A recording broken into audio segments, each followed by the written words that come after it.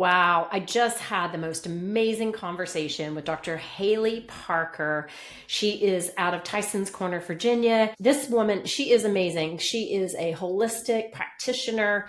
And some of the key things that came from our conversation actually gave me goosebumps because she was talking about high performing women and how this femininity of us, we keep putting it out and we have to be able to replenish that. And the holistic approach that we take to the physical body. So her specialty is really around acupuncture, holistic care, holistic wellness.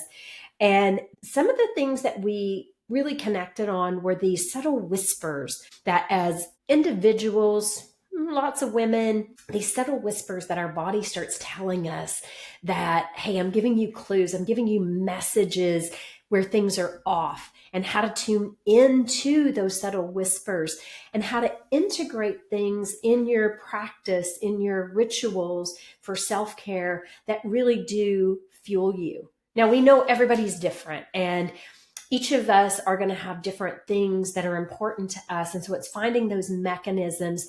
But her approach is really about, helping our brain decipher what works, what doesn't work, and really listening to ourselves. Like, what is our body telling us? Gabor Mate is a beautiful example of his book called When the Body Says No, and what happens when the body says no.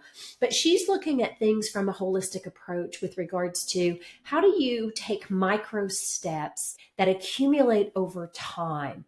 And you've seen lots of posts that I do where I'm talking about these, small habits.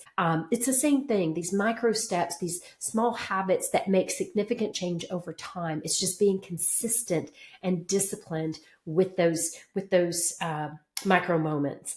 I also love, we talked about, just as the podcast was as we were hanging up, how our world is so focused on perfection. And social media, yes, we all we see people on social media and we think, oh my God, they've got it all together. Their life is perfect. They don't do anything wrong. The reality is our messy is what makes us who we are. And she and I talked about even my own story of, back in the early 2000s when I got sick and how that really was a pivotal moment in my life and how it has changed the person that I am today. And so the messy is actually okay. So be good with the messy. And listen, if you want help with how to navigate that, reach out to me. I'm happy to talk about it and how that messy actually aligns you with who you're meant to be in this world. Have a great day, everyone. Hope to see you soon. Welcome to Women in Leadership Talk, where you'll hear from successful women who are empowering other women with their stories of adversity, resiliency, and success. And here is your host, Vicki Bradley, founder and CEO of Women in Leadership Empowered. Hello, everyone, and welcome to the Women in Leadership Talk podcast. Super excited to see everyone here chiming in today. And so thank you. And before I even jump in, I'm going to say, please hit that subscribe button. Make sure that you're signing up to get our regular podcast popping into your schedules every weekend because we drop a new one. And so thank you for all of you who have been doing that already. We are incredibly grateful. Today, I have a great conversation planned for you. We're going to be talking about Eastern medicine for the modern woman. So how to reclaim that balance, energy, presence, things that, you might not have thought about, or maybe you're already practicing. So I'm really excited to welcome Dr. Haley Parker to the show today. So Dr. Haley, thank you so much for joining us. Thanks for having me. Well, we're thrilled that you're here. And, I'll just give a little bit of feedback about Dr. Haley. She's a former Division I athlete and is the clinical director at the Academic Clinic of the Virginia University of Integrated Medicine. She's a regular on local morning shows in the DC area and is featured in beauty editorials for her take on holistic beauty and wellness trends. She specializes in holistic health and wellness. She is teaching, she has so many accolades. And so I just want to I'll give you a second, Dr. Haley, if you want to just talk about what led you on this holistic Well, I always like this question because it surprises a lot of people that I didn't know what I wanted to be when I grow up, and I kind of still don't, but the path chose me. I was an athlete, and so I had a lot of injuries. My body was speaking English, or was not speaking English, it was speaking symptom, and I was listening to my coaches more than I was listening to my body. And Mm. aches and pains just kept like wearing me down and wearing me out. And so when I retired from those athletics, those squawks and creaks and squeaks were still really gnawing at me. And I was working out with my grandfather out west, and he, I think, was just tired of hearing me complain. And so he took me to his acupuncturist. And in one treatment, it changed my life. Not only did my pain levels significantly diminish, but it gave me the sense of calm, almost Mm. like that hamster in my head that was running on that wheel just kind of like settled down. And then also being a female athlete, I had a lot of hormonal fluctuations. And so my cycles began to regulate, no symptoms of PMS. And I just started to feel like my body was more at peace. And I was so intrigued by what happened. I started to study, and it just innately made sense. And so the more I started to study, the more the path kept opening. And I never thought I was going to be an acupuncturist, let alone go into higher education and be here today teaching the next generation of practitioners how to integrate medicine and how to work together to provide this tool for everybody and ultimately improve our community and our environment with more health. I love it. I love it. And I think a key message you just talked about there was the integration, right? Like Eastern and Western both work, but it's very important to do it together.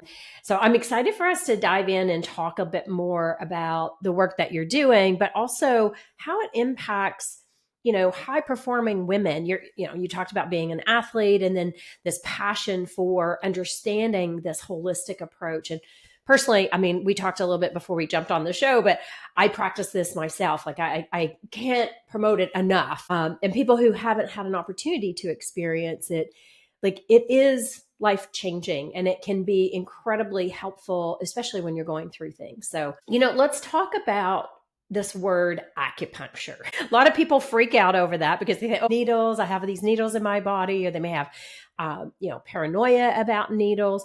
And they also can think stress relief, right?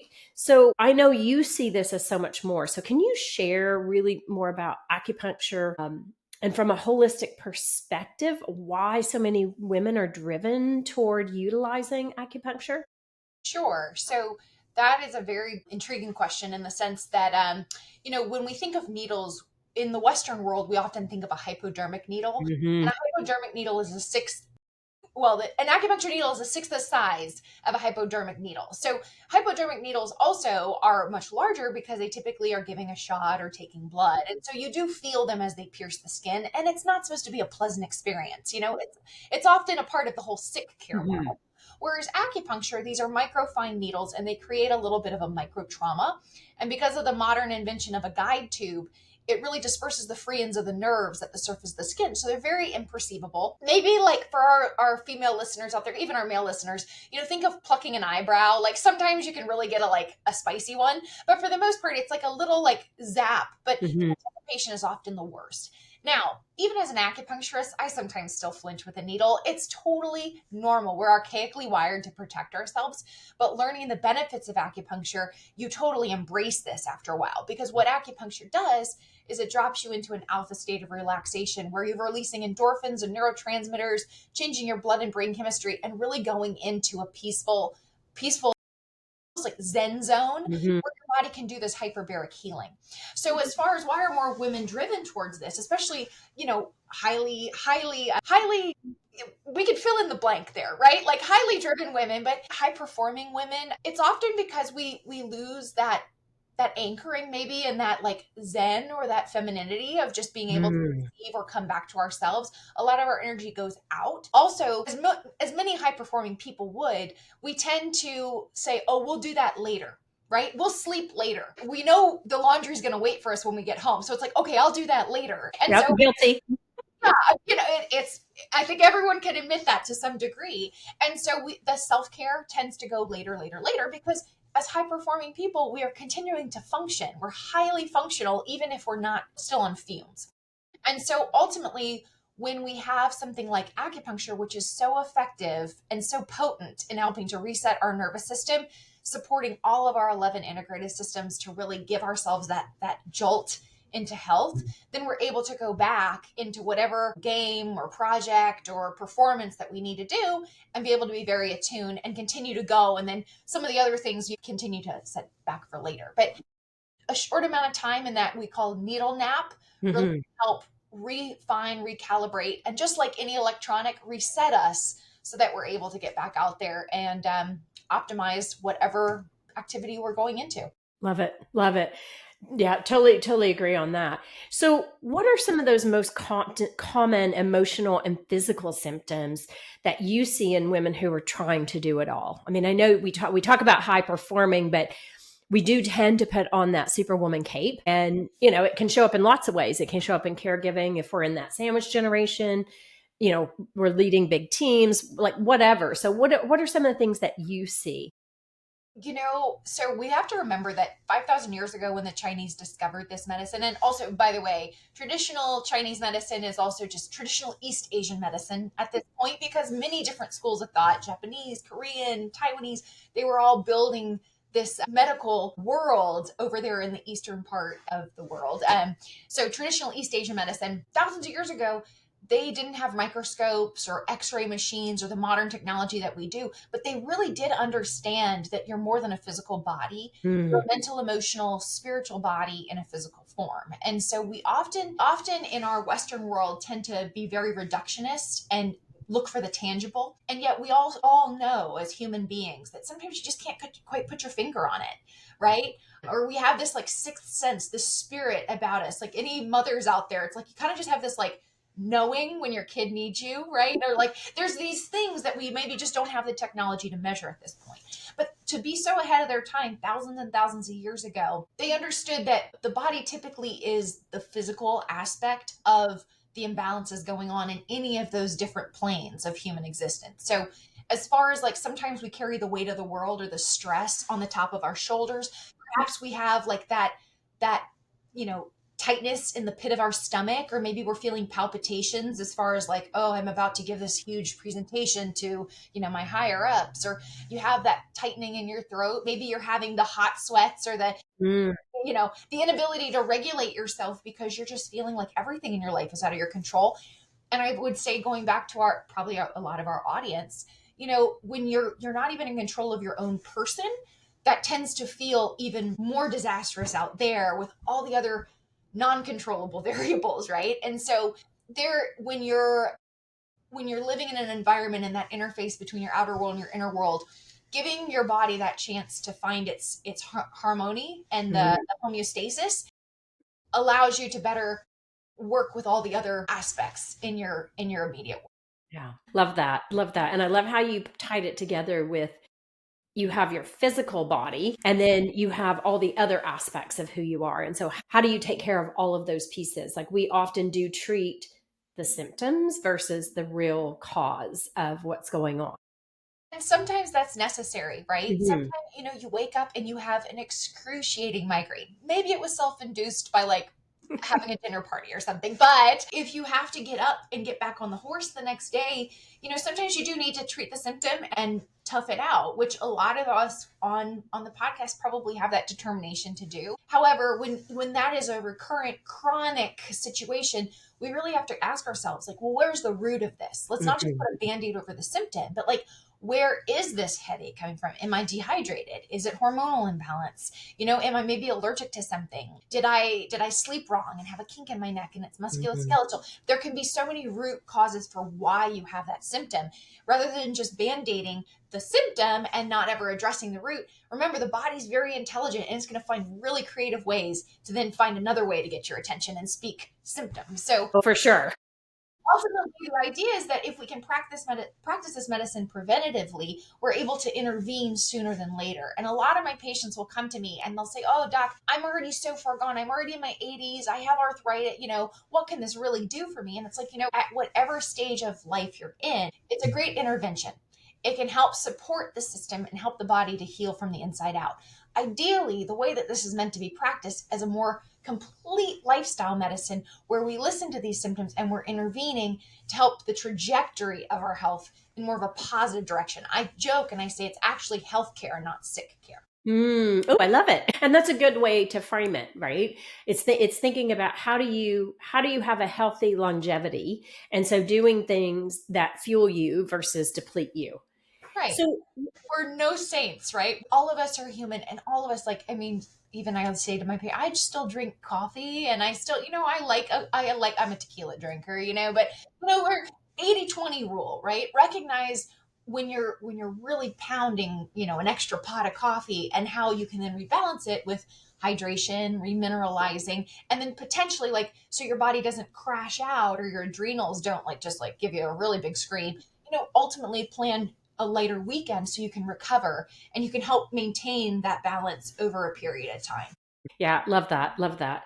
So what do people misunderstand most about Eastern medicine that you wish they actually knew? And especially our leaders, right? That are under, to your point earlier, the chronic stress and that, the Yeah. So sometimes there's a little bit of a reluctance because it's very foreign, like literally and figuratively, right? We were much more of a Western culture from like the Greco-Roman lineage, whereas like the Eastern medicine is much more of a holistic philosophy. However, all things Eastern, that's very much in our spiritual traditions. Like it's very much part of, you know, practicing community, practicing spirituality, practicing like moderation and temperance.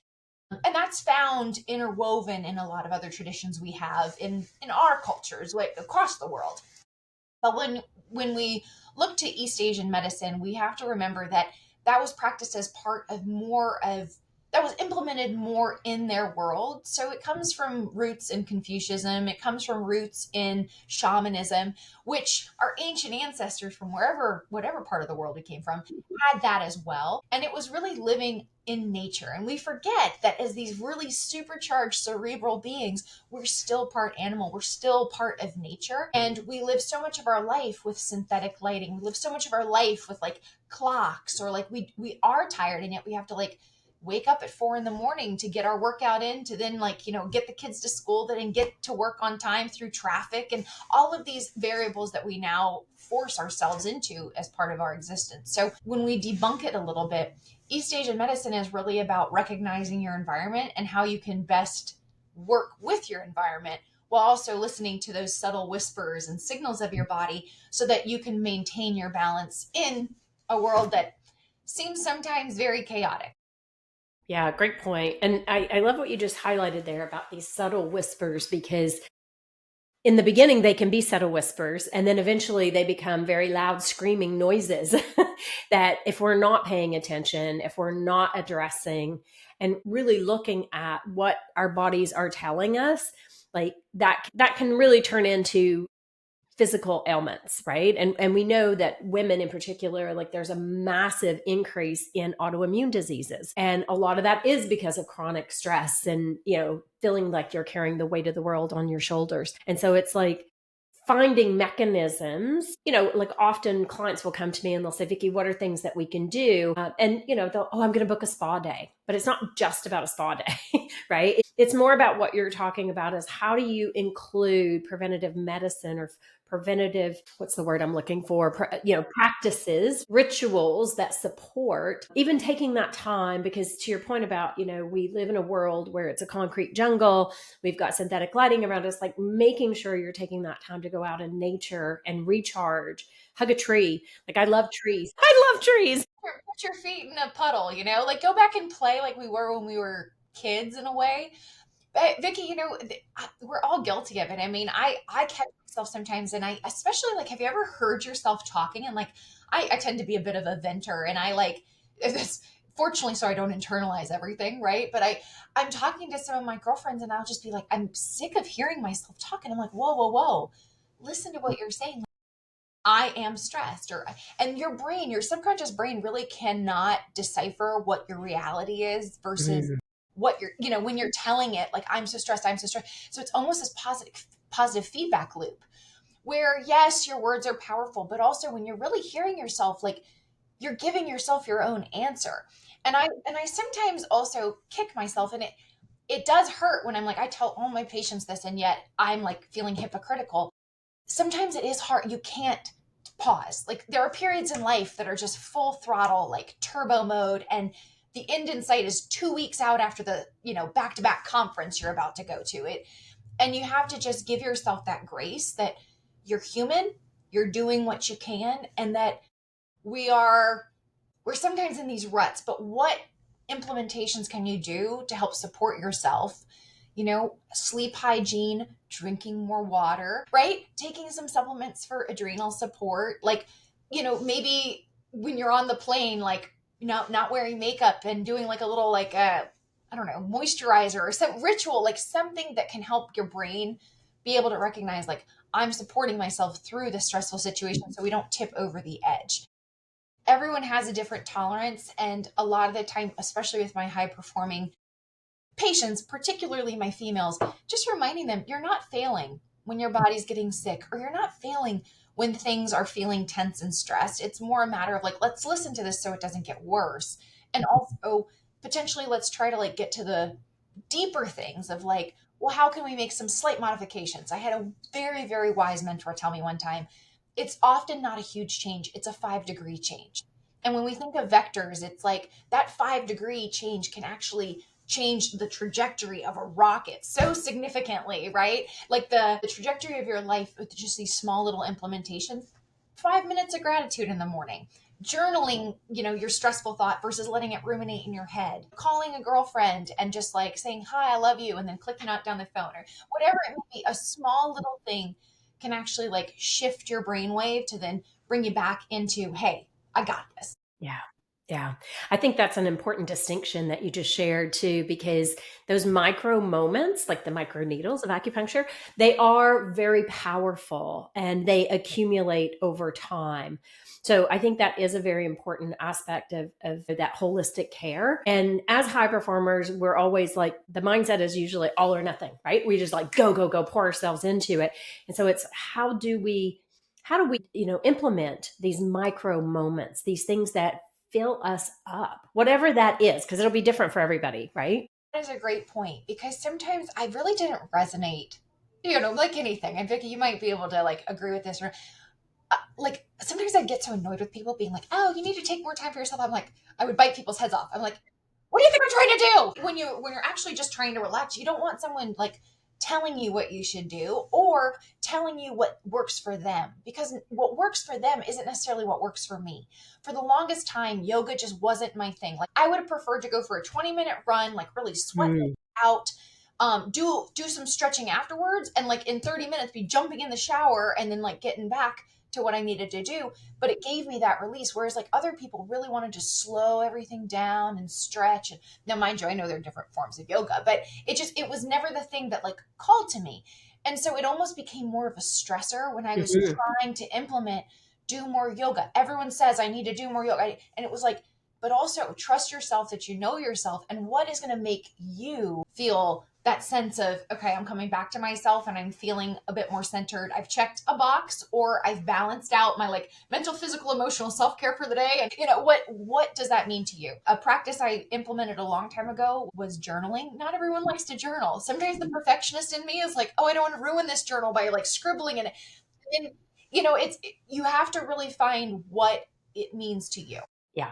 Yeah. I think that's so true and so powerful, because you're right. Not everybody is going to enjoy the same things. And so it is finding your particular release, and you being an athlete and high performing athlete, I can see why the run would be important to you versus the yoga, right? Because it's that adrenaline. It's like, it's almost like it's like, get it out of me. And so running releases. It does. Another thing, again, I work with coaches too. And I think this is where, as high performers, remember, like, it's hard to be at the top and you still need community. You still need somebody that can help guide you, be your North Star, or give you a sense of wisdom from their experiences of what not to do. Like, again, everyone is figuring it out, and there's no top, right? Yeah. You never just make it. But I think that and it gets a little bit spiritual here, but like, we came into this world with these callings. Like, why did you end up in the business you did? Or why did I end up in the business I did? And it's like, yet all the experiences that I go through are really refining me and trying to help others, because I can bring so much more into that treatment room, or teaching these students when they come in, like they're having these mental breakdowns, these crises of consciousness, these existential moments. And I kind of am just like, oh, bless you. You knew you were signing up for acupuncture school. You didn't know you were trying to become a healer, right? And like, we have to do these things that are inner work, and they challenge us. And it's a part of this, like, it's a refinement process, right? And we grow. And if we're growing, we're not going to be static in anything. Certain things that call to us at one point might not necessarily call to us later. And just remembering that, to maybe laugh about it a little bit, that like your inner child is still playing.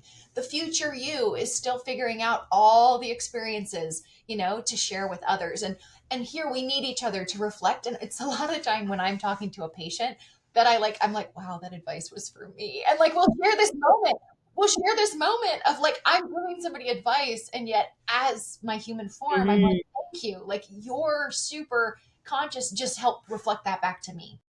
Yeah, Right? And how totally agree on that.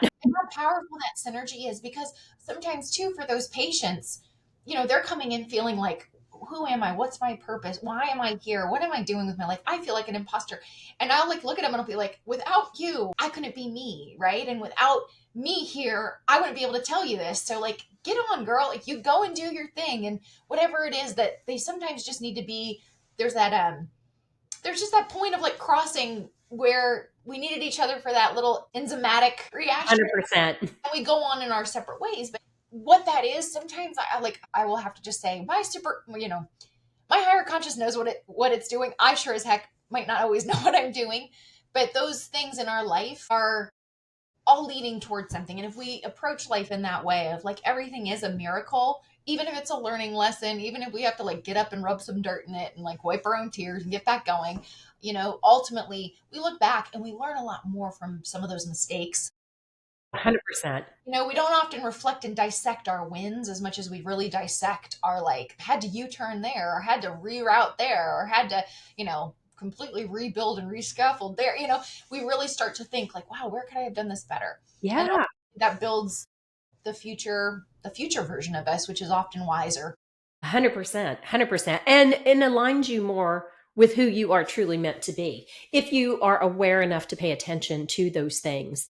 And I mean, that to me, like, you just described my whole life, right? Because what I used to do versus what I do today all happened because I developed this autoimmune disease. And, people were like, oh my God. And I honestly wanted to die when it first happened, but it was the best thing that ever happened to me. Right. And so to your point, it is looking at these, it seems like obstacles or barriers at the time, but it's actually pushing you more into where you're meant to be. And to your point, we're emerging all the time. And so it's recognizing that that's happening. And do you like that version of you? And if you do, put the foot on the pedal, accelerate. And if you don't like it, then, maybe put the brakes on and think about why you don't like it. Yeah. Well, and what a powerful story of, it is like, the biggest crises sometimes actually are the biggest blessings. But when you're in it, it feels like the valley. And that's okay. You can feel two things at once, of like, oh, I'm so grateful for feeling, because I feel Yeah, so. I never said that until then. But then when you get through it and you look back, that hindsight, you're able to see the blessing in it. But that's always really difficult, to try to be two things at once. And I do find that a lot of my patients who are high performing are going through a lot of these things where on the surface they have to be strong for everybody. And then when they come in and see me, they take their mask off, and it's like, sometimes they're scared. They want to feel love. They want to feel like they're just human, and someone doesn't need something from them. And there is humanness. Like, we all deep down have that desire to just be seen, be known, be loved, and, not have these fears that, like,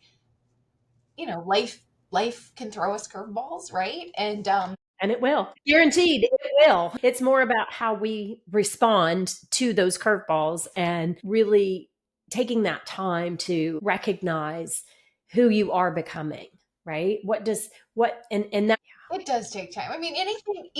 My grandma, she would always come out with these one-liners. She'd be like, "Easy come, easy go." Like, grandma would always say just exactly what you needed to hear, but it was almost too simple. You were annoyed. yes, Like, yes. It's like, what do you don't know what you're talking about.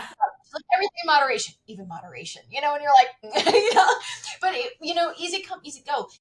oftentimes when people we see, and especially social media, sometimes I feel like is just it steals the soul in a way, because we see these like false, pretense of like, oh, everyone's so happy, everyone's so successful, the iceberg effect, right? Mhm. But really, like, that takes someone 20 years to be an overnight success, and we're seeing that moment of where it's like they won the award, oh, they got the grant, they like, lifetime achievement, presentation, whatever it is, and we forget that like they worked really hard to Yeah, and they probably cried in the janitor closet, I'm and they sure. Wanted to give up. probably had to go to couples therapy because their relationship suffered while they were like just striving ahead at work. And maybe, their best friend, betrayed them, and they had like, what, we don't know the other parts of it.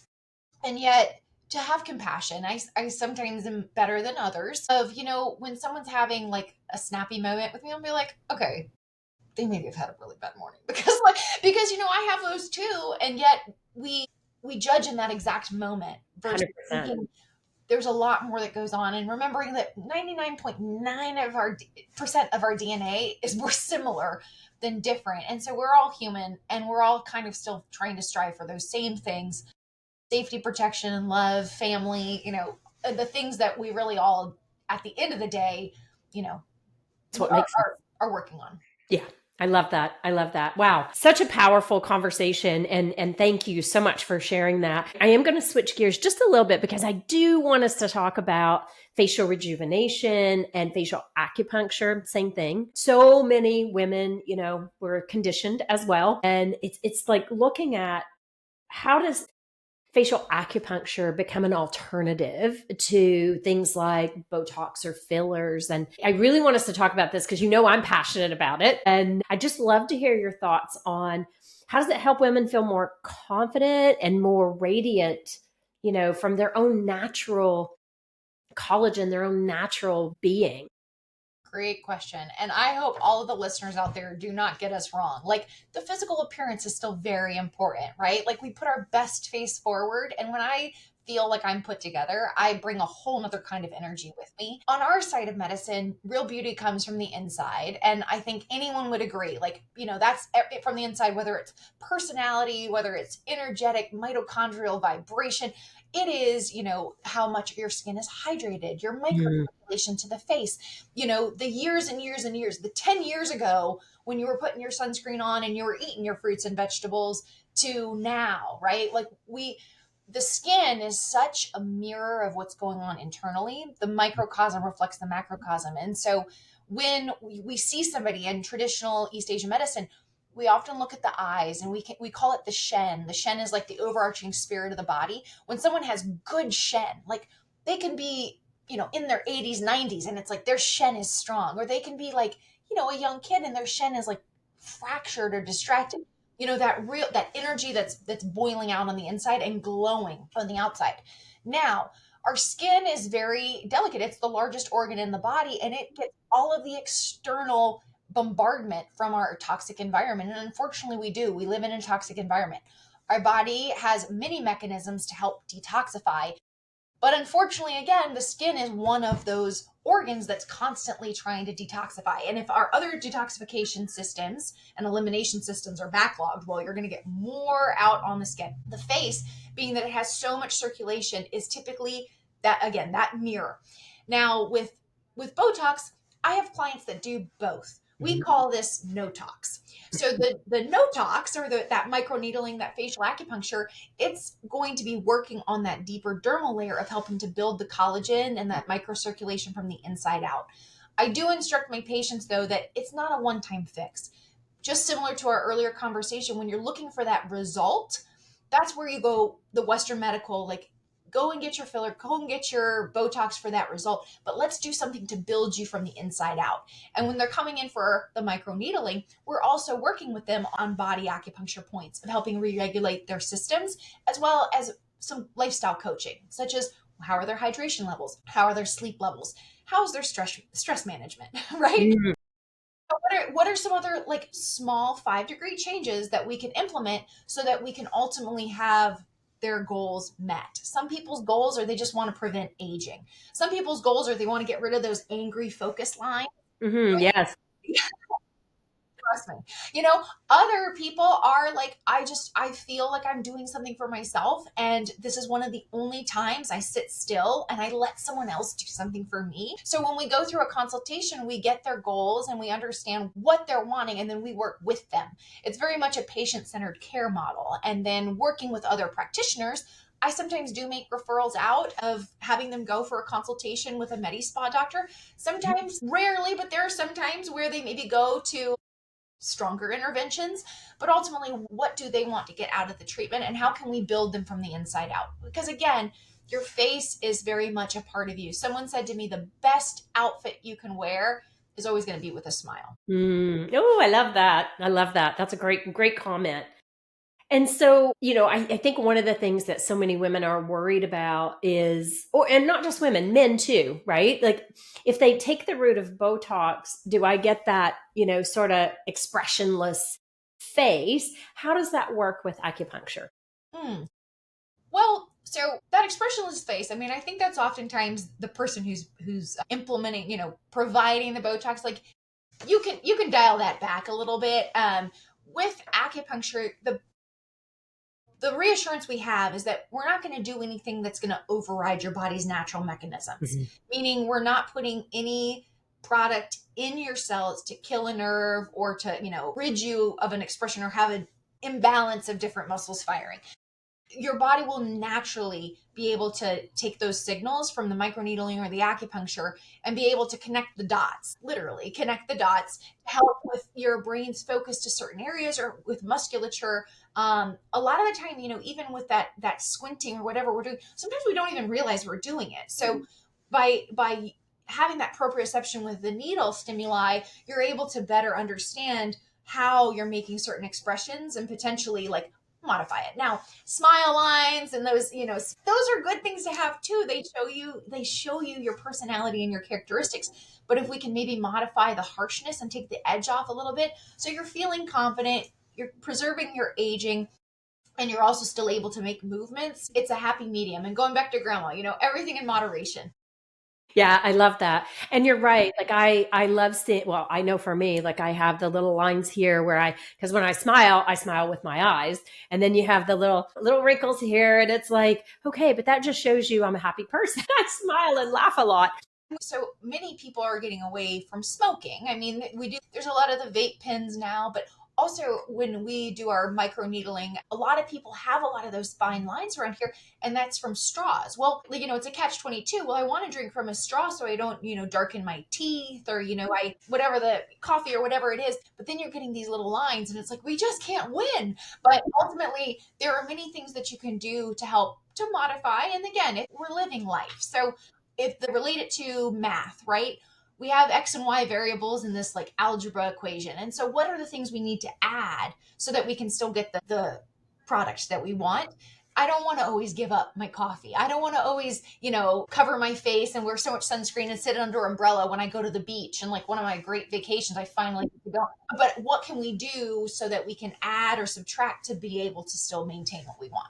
Yeah, love that. Love that. And so I'll just wrap us up a little bit. And I'd love to talk about, where this guilt comes from. Like, you've got a lot of high performing clients. So do I. Guilt is a common conversation, especially when it comes to self-care. And I see acupuncture as a part of your whole wellness package, right? And that's part of your self-care.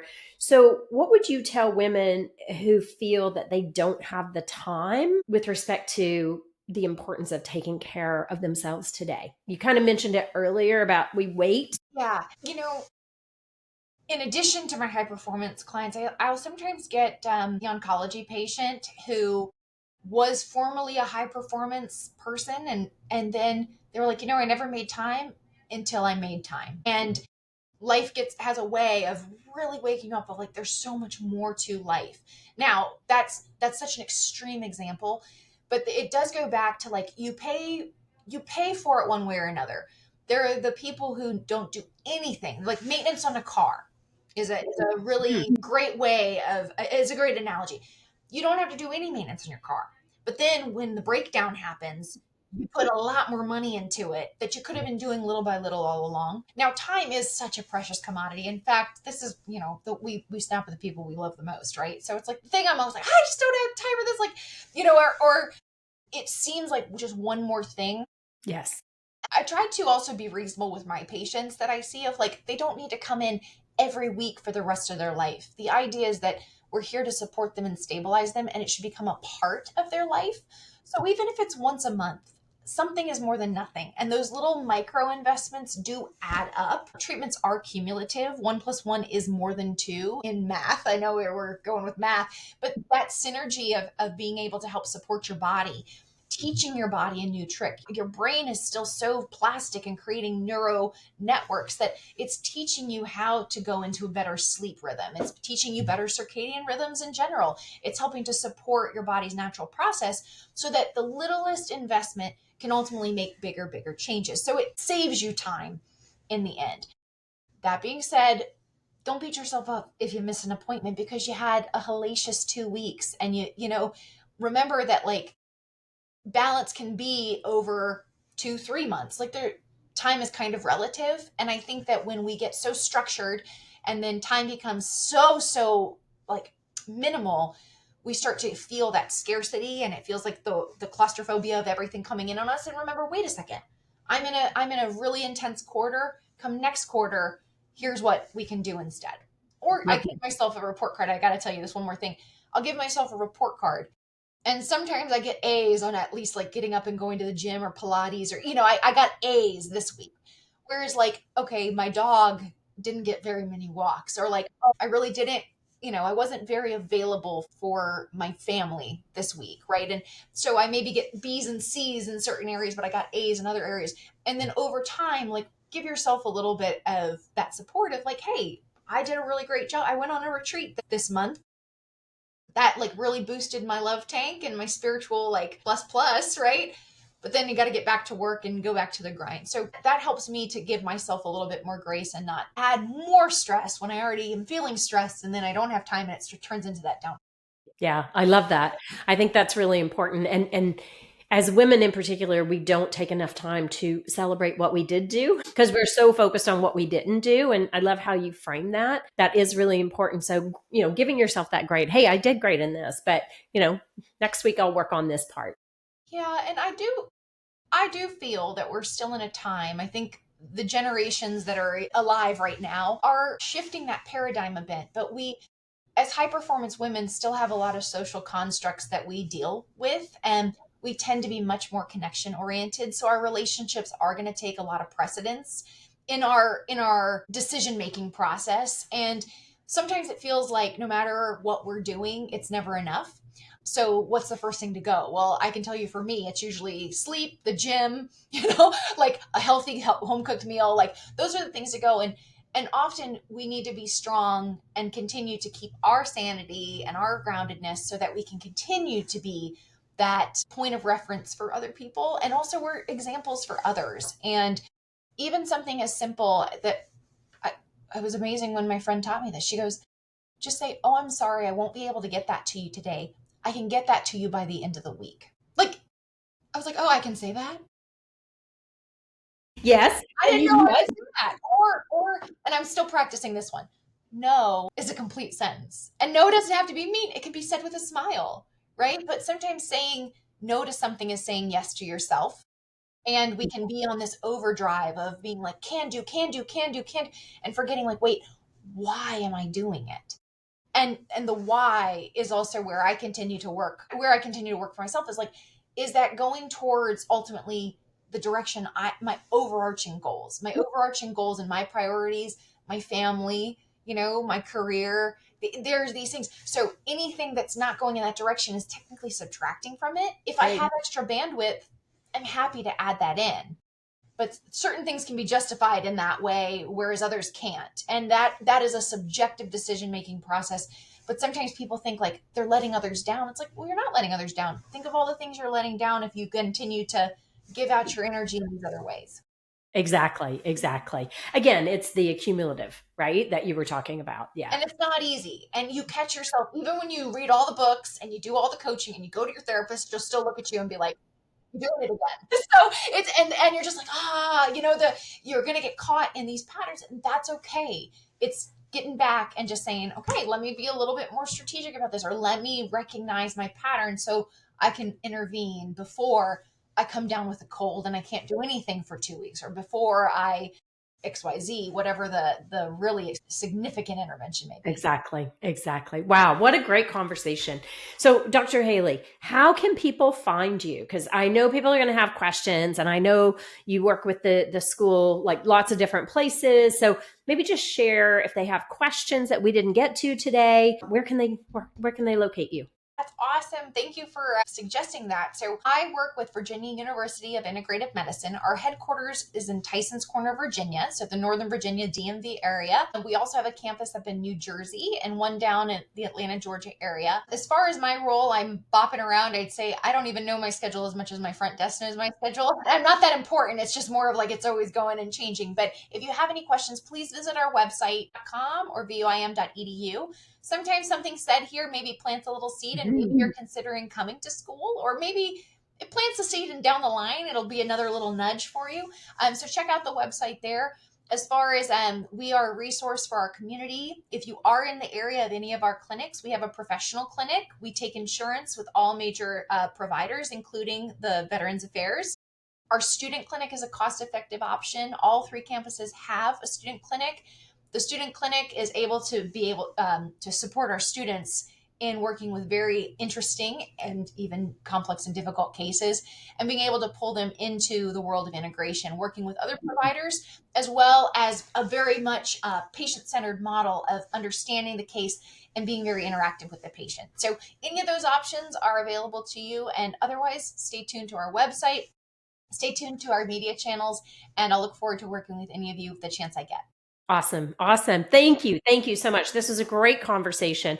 And I love the integration of Eastern and Western medicine. So I'm super excited that we had the conversation today. And audience, thank you for chiming in. We know you have a choice as to what podcast you listen to. And we're super grateful that you continue to chime in to the WIL Talk podcast. And if you're interested in how you're showing up as a leader, please do go on and visit our website at wilempowered.com. That's 1L, and take our free leadership quiz. It'll give you lots of insight as to how you're showing up. And it might even give you some insight as to how you need to integrate other things into your habits, your rituals each day. So thank you very much for being here. And we look forward to seeing you on the next Women in Leadership Talk podcast. Take care, everyone. Thank you for joining us for WIL Talk, sponsored by Women in Leadership Empowered. To learn more about our programs, please visit www.wilempowered.com. We look forward to seeing you in our community.